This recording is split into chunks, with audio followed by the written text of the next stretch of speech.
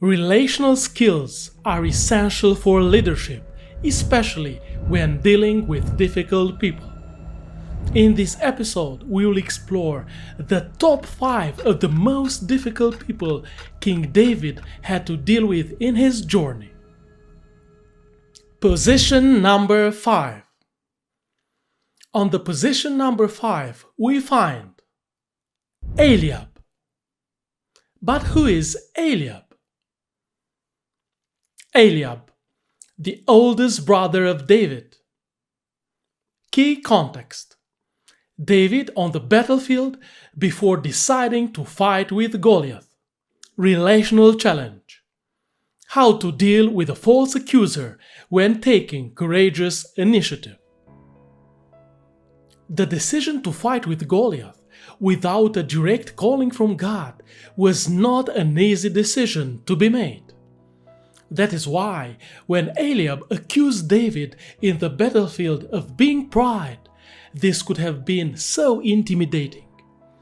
Eliab is the false accuser meant to block a good and bold initiative. How David did manage to deal with this relational challenge? David was very clear in front of his conscience before God about his true motivations and goals. So, his self-clarity helped him remain strong in front of this evil accusation.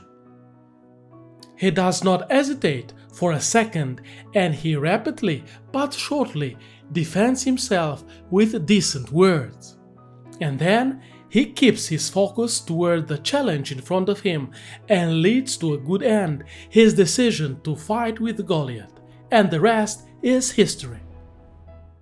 Conclusions: the key resources to deal with a false accuser are self-clarity, blitz defense, and keep your focus for your true calling.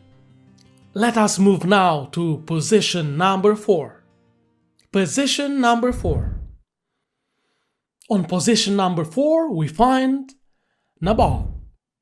Who is Nabal? Nabal, a rich man from the Carmel area of ancient Israel. Key context: when David was running from King Saul, Nabal's flocks were not harmed but protected by David and his men. Relational challenge: how to deal with the ungrateful challenger. Indeed, Nabal was very ungrateful and very harsh towards David. He refused to feed his men and said to David mocking and despising words. David's first reaction? He decided to kill Nabal and all his household immediately. Of course, this was a fatal mistake in the process of becoming king. Thanks God that Abigail, Nabal's wife, came and wisely advised David not to sin against God through this bloodshed. David was receptive to Abigail's words, renounced to act according to his first impulse, and gave up making justice for himself. Conclusions: in dealing with the ungrateful challenger, the key resources are: in relationships, never let your guard off, but always keep your spiritual wakefulness. Reconsider your first impulse actions and be receptive to the godly advisor God sends to you. Refuse self-justice and revenge, but wait for the justice of God.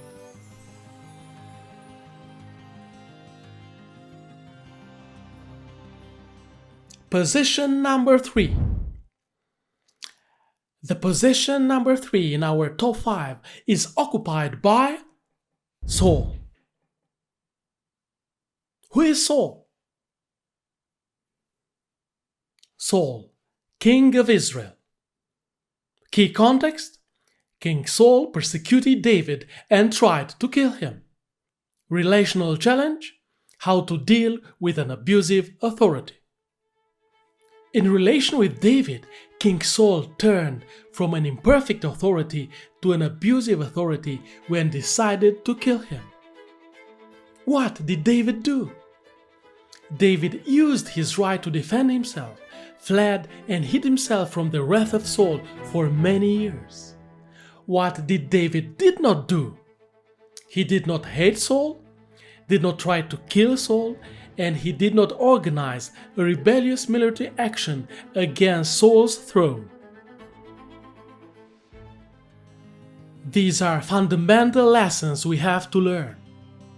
In relation with a toxic and abusive chief, we have the right and responsibility in front of God to defend ourselves, and sometimes the best thing to do is to leave that relational context. In the same time, we have to keep our heart clean in front of God and refuse unforgiveness and a sinful direct personal fight against that authority. And now, let us discover the position number 2 from our top 5 of the most difficult people in the life of King David. Position number 2. On position number 2, we find Absalom. Who is Absalom? Absalom, the son of King David and the brother of Tamar. Key context: when King David closed his eyes when his son Amnon raped his daughter Tamar, Absalom killed Amnon and ran. Then, after a couple of years, he was received back by David. Relational challenge: how to deal with a very charming and gifted personality, but with a corrupt character. It was a sign of weakness and a big mistake when David received back Absalom. Absalom did not repent from his murder, and he did not receive from God special forgiveness for this cardinal sin. Still, David received him back. Why this fatal relational weakness at King David? Absalom was his son, and Absalom was a very beautiful young man, a very charming personality full of many personal gifts. So, David closed his eyes to Absalom's unhealed and corrupt character and received him back, and then gave him back the position of the son of the king with full rights. But in a short time, Absalom dethroned David and then tried to kill him. But David cried for the Lord and put his trust in God, and God punished Absalom and gave back the throne to David. Indeed, the profile of Absalom really deserved the position number 2. But if the one who managed to dethrone David occupies position number 2, who could be on the position number 1? Let us remember our top 5 till now. Position number 5. Eliab, brother of David and the false accuser. Position number 4. Nabal, the ungrateful challenger. Position number 3. King Saul, the abusive authority. Position number 2. Absalom, the hidden rebel.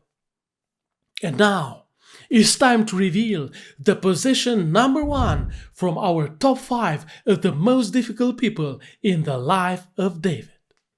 Position number 1. On the position number 1 is Joab. Who is Joab? Joab, the chief of the army of King David. Key context: all the reign of David. Relational challenge: how to deal with a very loyal and gifted but corrupt person from your leadership team. Joab was a very good general and so loyal servant. He was with David from the very beginning, helped David escape his life in the years he was haunted by Saul, supported David in his wars, and was a key figure in putting an end to the rebellion of Absalom.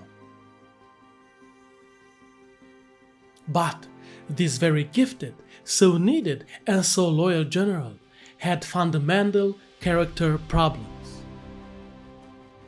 Twice he committed murder and shed blood in time of peace without David's knowledge and approval.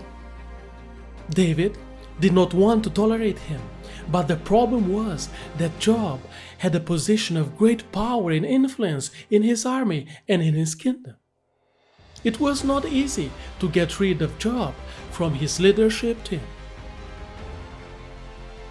After David became king over all Israel, it seemed a good moment for David to get rid of Joab. But instead of direct confrontation, he seemed to choose an easier path, and he lost the opportunity to get rid of Joab. And Joab remained in the leadership team of King David. Over time, the consequences were tragic. Joab was the one who helped David to kill Uriah. In the darkest period of David, Joab was the one who supported David in his sin. The problem with Joab was that he was too loyal. He was not like the rebellious Absalom, but he was loyal without moral limits. The most important lessons we learn from our top 5 of the most difficult relation David had to deal are from the mistakes David did when dealing with his son Absalom and his general Joab. These are lessons of life and death for the godly leader. When you promote and keep other leaders in your leadership team, the most important and unnegotiable criteria is a noble and flawless moral character. If you let yourself lured by very charming and gifted personalities, or if you let yourself intimidated by their influence in your community, and then close your eyes to the signs of their unresolved character problems, this will be a fatal mistake for your leadership. In a way or another, they will follow the path of Absalom and Joab and harm your leadership in your ministry. So, never be afraid or hesitate to confront their moral unsolved problems, and always keep the highest moral standards when promoting and keeping spiritual workers in your leadership team. So, help you God.